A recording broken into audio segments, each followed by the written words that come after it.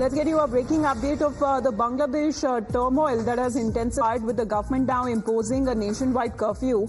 Army is to be deployed on the streets with more than 35 lives that have been lost in this violent anti-quota protest. Internet services, train and bus movement that has also been completely suspended. We have Pooja with us right now. Pooja, help us understand as this turmoil that has been intensifying in neighboring country Bangladesh, several measures that have now been put in place. Well, absolutely. Bangladesh has been on the boil for the past 1 week in the run-up to the anti-quota protest. Remember, students have been out on the streets protesting against the quota and have been demanding a reform in the system and have been demanding that the job opportunities should be given based on merit. But the kind of violence that unfolded in the last couple of days, the Bangladesh government has now in fact imposed a curfew. And the army has been deployed out on the streets alongside border guards, Bangladesh and other paramilitary forces. And till yesterday, the official death toll had risen to 35.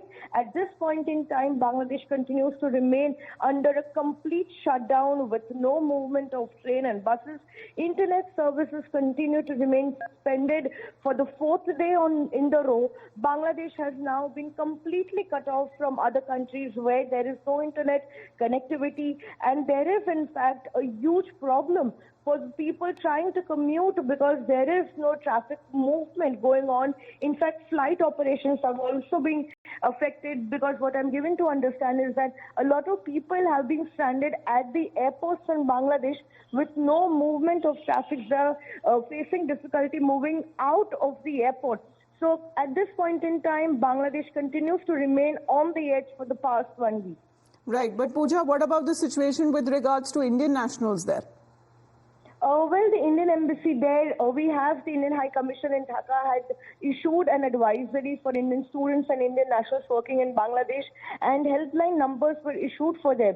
A strict advisory was issued for all the students, asking them not to venture out unnecessarily and stay at safer places, and also reach out to the numbers which were issued in the advisory.